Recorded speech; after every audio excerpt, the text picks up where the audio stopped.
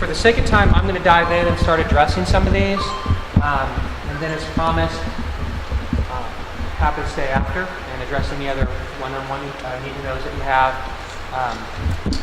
if you feel more comfortable in that setting. Okay, so the first question posed was, how will this impact disadvantaged students? And what I would point out is that in a student-centered environment like a new tech classroom, all students get known for what they're good at and what their strengths are, as opposed to what their perceived weaknesses might be. In fact, if you have a chance to tour New Tech School and you talk to a special needs teacher, for example, they will point out that New Tech special ed students thrive in ways that they often don't in a traditional environment because they get known for what they're good at. They get known for what they can contribute to a group. I would also point out that in a New Tech environment, you have the ability through the platform as well as through the teaching methodology to differentiate for all kinds of disadvantaged students. It could be something as simple as you roll out a group project on a Tuesday, but you give them the entry document on a Monday, for example. Or within the platform itself, you can differentiate the assignments. So if he and I are in the same classroom and he's on a gen ed path, he gets one assignment, and if I'm the special ed student, I get a different assignment. So there's any number of things that you can do within the tool itself to differentiate and support disadvantaged students. The second wonder was, how do you set up project teams? Again, a couple of answers. You can actually use Echo itself to select groups if you want, or as a classroom teacher, you can choose groups. And literally every kind of combination. You can pick groups based on ability level. You can pick groups based on birthdays. I mean, you can set up your groups however you want. Typical group size is oftentimes 3 or 4 students per group.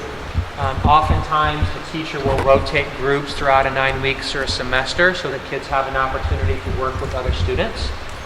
Oftentimes groups will have members given certain roles or responsibilities where they can again develop their leadership, for example, or brush up on a weak area.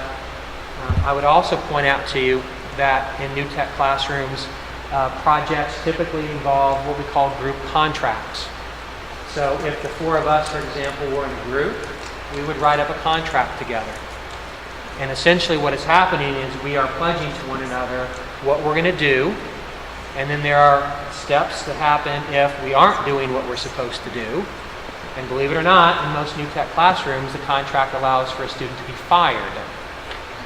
So suppose the 4 of us are in a group, I'm not pulling my weight, you guys have gone through the steps, you've talked to me, you've brought the teacher in, maybe you even talked to my parent, and I'm just not getting it done. You can fire me from the group, which means that I have to start the project over and I have to do it by myself. So there's accountability that gets built into the group dynamic. And one of the most amazing things I've ever seen is going into a New Tech classroom and seeing students hold one another accountable and not have to go to the teacher and say, he's not doing what he's supposed to do, or she's not doing what she's supposed to do.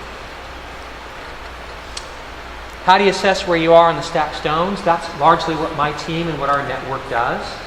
So, for example, we had a group from your community go to our planning track in St. Louis back in July. And one of the very important things that we do there is work on your why, as I mentioned earlier. Why are you interested in doing this work? How are you going to do it, and what's it going to look like as a part of that conversation as well. They also spend a fair amount of time working on what we call an ideal graduate. What do you want the kids from this high school to look like when they graduate? What knowledge, skills, and attributes do you think they need to have to be successful when they walk across your stage? So we do things like that with each of those stones along the way. Admittedly, my team works more with the bottom stones. The larger team within our organization is the kind of coaching side. The New Tech school development process, if you will, involves countless people from multiple teams. New Tech Network as a whole is about 60 employees. But the coaching side are the folks that work with the leaders, with the teachers, and training them and leading them through the so-called induction events and professional learning and things like that. So we have tools, we have rubrics, we have all kinds of things that allow us to assess where folks are and then target any gaps or shortcomings to help them. Again, probably the thing we do more than anything is try to slow folks down, get that first stone, get that second stone, get that third stone, and then build from there. How would you handle college course requirements? That's a local decision. Again, most schools use a combination of things. In Indiana, we're super lucky in that we have an agreement with the community college where every new tech student can take 2 free college courses. Now, I understand not every state has that, right? But in Indiana, that's one of the things that we have. The idea here is you would work as a community to figure out what those structures would look like to support kids, to figure out what those post-secondary opportunities are going to look like. It could be just strictly you're going to offer AP classes. It could be just strictly that you're going to push kids to go off campus and take classes. It could be that the school pays for those, or the district pays for those, or it could be the parents, or it could be a joint thing. That's something that you would figure out with our help.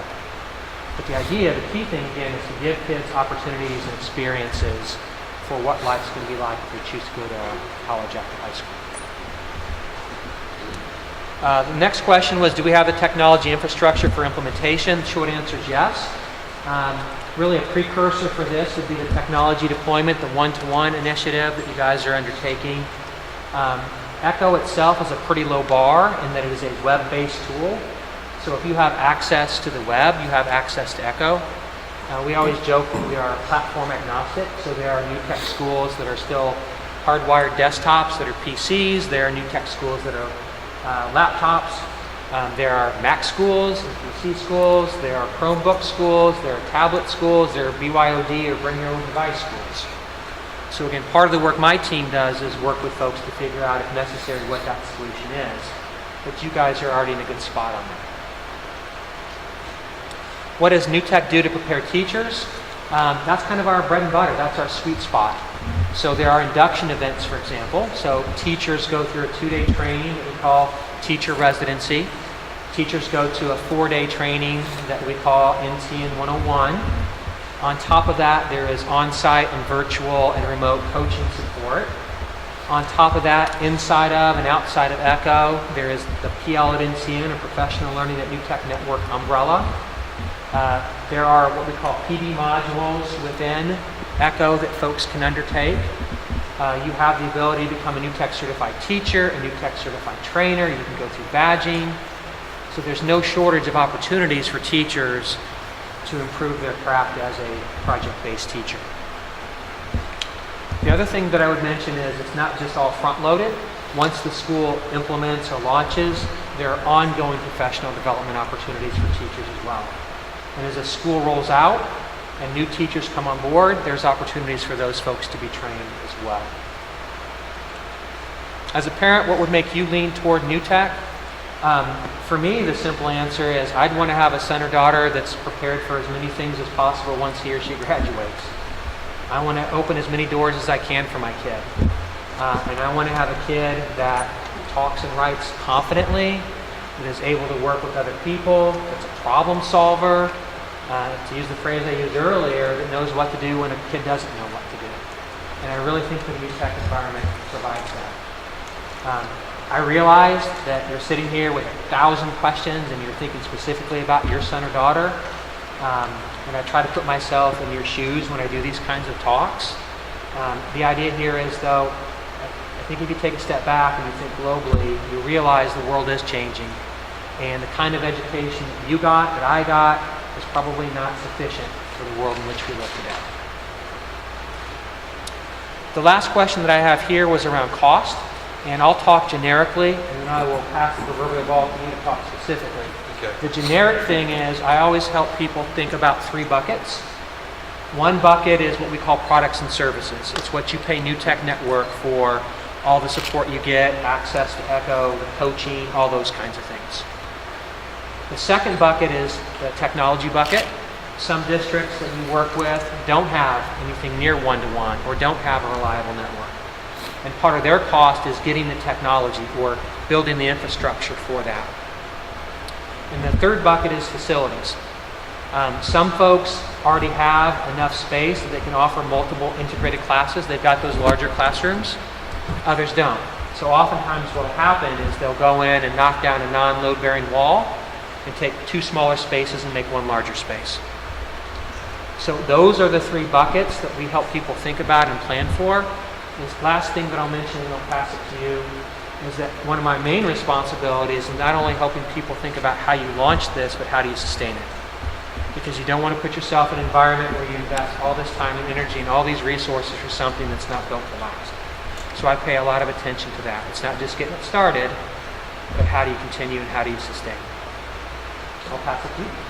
We took last winter to look at what resources we had, and so we wanted to make sure that the funding did not come out of our operating budget.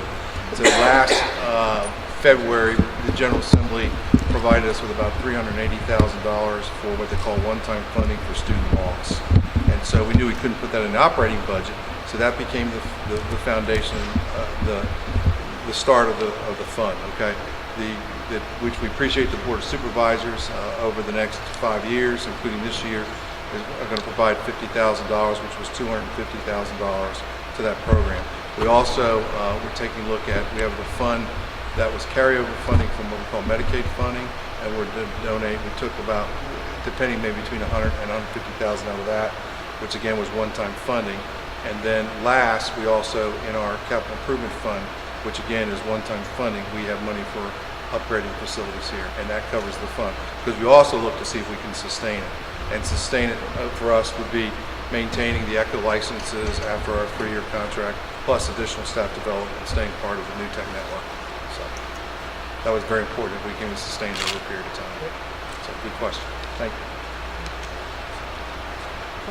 All right. That was all the need-to-knows that we had on the list. As I said, I want to honor folks' time. So if you want to stand up and leave, you're welcome to. If you want to stay, I'll stay up here as long as people have questions. Or again, if you want to meet with me one-on-one or in small groups and ask questions, that's fine too.